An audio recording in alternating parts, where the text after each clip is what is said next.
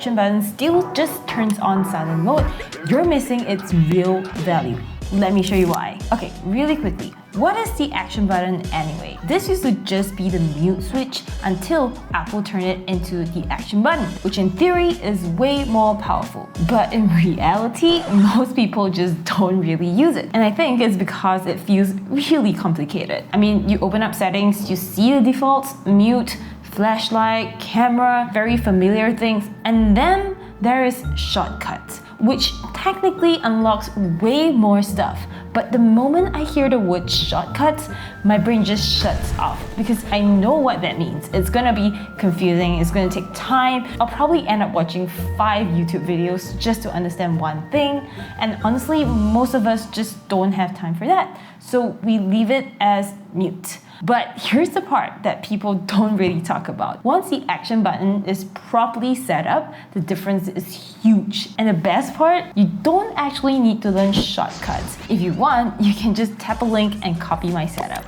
But if you stay for the rest of the video, I will show you the logic behind it. So if you ever want to customize it to suit your life better, you'll actually know what to change. Okay, real example, whenever I'm reading something, I would get a thought and I would want to capture it. Normally, I would swipe back to the home screen, swipe for search, open my note-taking app, say ChatGPT or the Notes app, and then I would start typing. That is easily 5 steps. But now, I literally press an action button, tap ChatGPT, and just talk. And that's it. My thought is being captured. And it is that fast. And the win isn't just speed, it's friction. Because when it takes effort, most of the time I would go, ugh, I'll just do it later. And then the thought just dies. But with this, there's less decision fatigue and I capture more ideas and my phone just feels a lot smoother to use. And don't worry, this is not going to be overwhelming, I promise you. We'll go step by step, starting with the simplest one first. So if everything we've talked about so far sounds cool, but you're thinking, Mindy, I really don't want automations or anything fancy, this one is for you. This level is for beginners. You don't need to know how Shortcut works, just follow along. Now, the idea here is very simple. We're going to use the action button to open the one app you need access to at all times. And for me, that's things like 1Password, ChatGPT, or my camera app. This is the app that when you need them now. And yes, we are technically going to be using shortcuts here, but I promise this is the least scary version of it. And I've already done the hardest part for you, which is the setup. All you need to do is download it, which brings us to step 1. Download the shortcut. All you have to do, click the link in the description or scan the QR code on the screen right now and then enter your email address. That's just so I know you're a real human and not a bot. After that, I'll send you an email with the exact shortcuts that we're using for this entire video. For this level, click the L1 minimal setup. Once you do that, it will automatically appear in your shortcuts app. And if shortcuts is not open, open shortcuts, search for L1 minimal setup, and tap on it. Once you're inside, just pick the app that matters most to you. For me, it's 1Password. And step 2, link it to the action button. Once you're happy, go into settings, search for action button. Scroll all the way down until you see shortcuts. Tap that, then select the shortcut you just customized, and that's it. Now when you press your action button, it opens up the app you actually care about instantly. No searching or digging through your home screen. And hey, even if you stop here, this change alone already makes this action button way more useful than the default. Okay, cool. That was easy. Now, if you're open to just a little bit more setup, this is where the action button really starts saving you massive amounts of time. This is level 2, the time saver setup.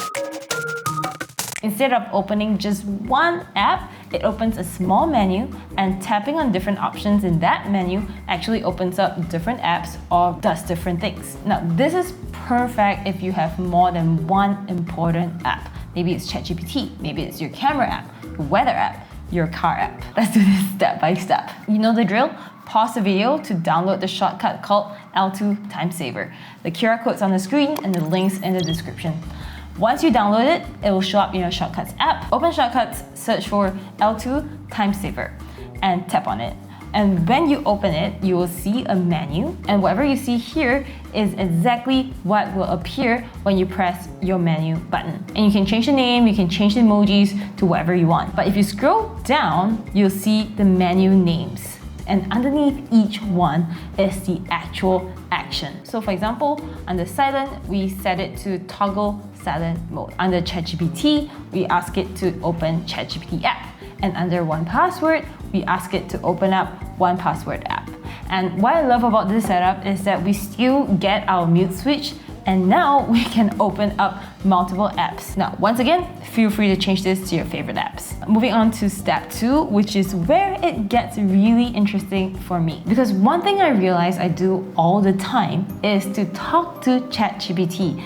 Morning manifestos, journaling, thinking through ideas, asking random questions during the day. So I thought, hey, what if I could just press one button and just start talking? Turns out you can. So what you have to do is now you tap on search actions and then you type in ChatGPT. Hit start conversations with ChatGPT and you edit. What you want to do is you drag it underneath the ChatGPT menu and then turn off search, turn off temporary chat, and for the start action, click on it and click whisper. So now when I press the action button and then tap ChatGPT, I can start talking immediately. My words get transcribed and I can see the full conversation history. This is a huge time saver, especially for those who like to use voice to get things done on chat. Okay, this last level is definitely not for everyone. But if you like the idea of pressing one button and just have things done for you and not have to overthink about it, this is level 3 and I call it the invisible setup. So basically, instead of opening up apps or menus, the action button runs a sequence of actions for you. And the reason why I love this is because I use a lot of smart home stuff and I use Siri all the time. But sometimes Siri doesn't always get it. Let me show you. So this is what my wind down routine looks like once I'm done with my work and am heading back to my bedroom. First, turn off the studio lights, turn off the studio AC, turn on my bedroom lights, turn on my bedroom AC, and then turn on my phone flashlight so I don't walk into things while I'm walking from the studio to the bedroom. But the problem here is all these live in different places. Some in HomeKit and some in Broadlink. And Broadlink doesn't talk to HomeKit. It only works through shortcuts. So I would have to talk to Siri multiple times, and when Siri ultimately fails, I become the automation. This is not fun, especially when you're tired. However, with the action button, all of that is solved. Let me show you. You can download L3 Invisible and follow along. So I created a menu item called bedtime. I set it to first run my shortcut to turn off Studio AC. And next, it runs my HomeKit scene called I'm Going to Bed. And in this scene, it basically turns off my studio lights and turn on my bedroom lights and turn on my bedroom AC. And then it also turns on my phone flashlight. Everything happens all in one go. There's no talking, no opening apps, no messing with Siri. If your routine has multiple actions like mine and you want just one button to handle all of it, this is really useful. But I'll be honest, this is probably the most complicated setup, especially for beginners. You don't need to do this, but I just wanted to show you what's possible when you design the action button around real moments in your life. So after all of that, this is the setup I actually use. And just to be very clear up front, this is not the best one out there. There's so many other talented creators with better setups, but this is just the one that fits how I think, how I work. And everything here is arranged based on my priorities. Let me walk you through it.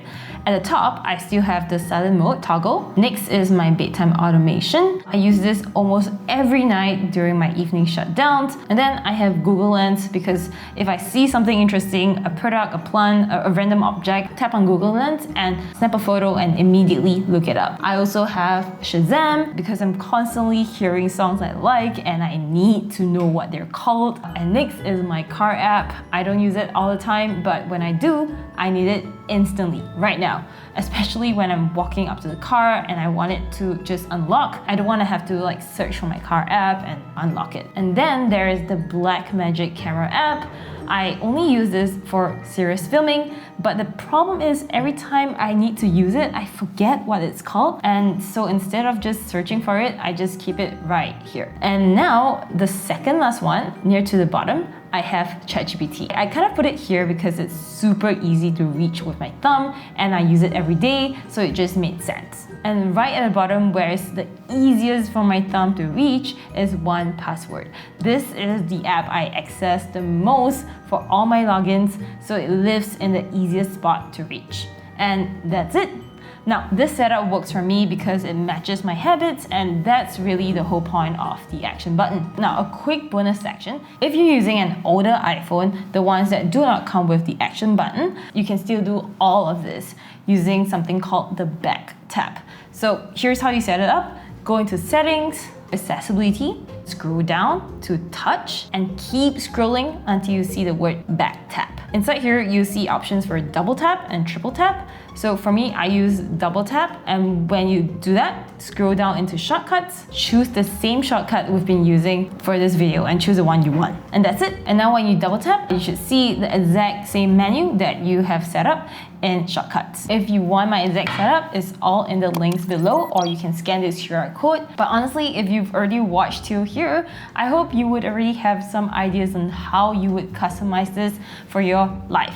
I mean, I definitely learned a lot from creators like Nikias. So if you end up building something really cool, tag me or drop a comment and tell us what you did so we can all learn something cool. If you enjoyed this one, I think you would really love my video on how to never run out of iPhone storage again. And if this video helped, give it a like. It really helps more people find it. Take care, stay minty and cheery. Goodbye!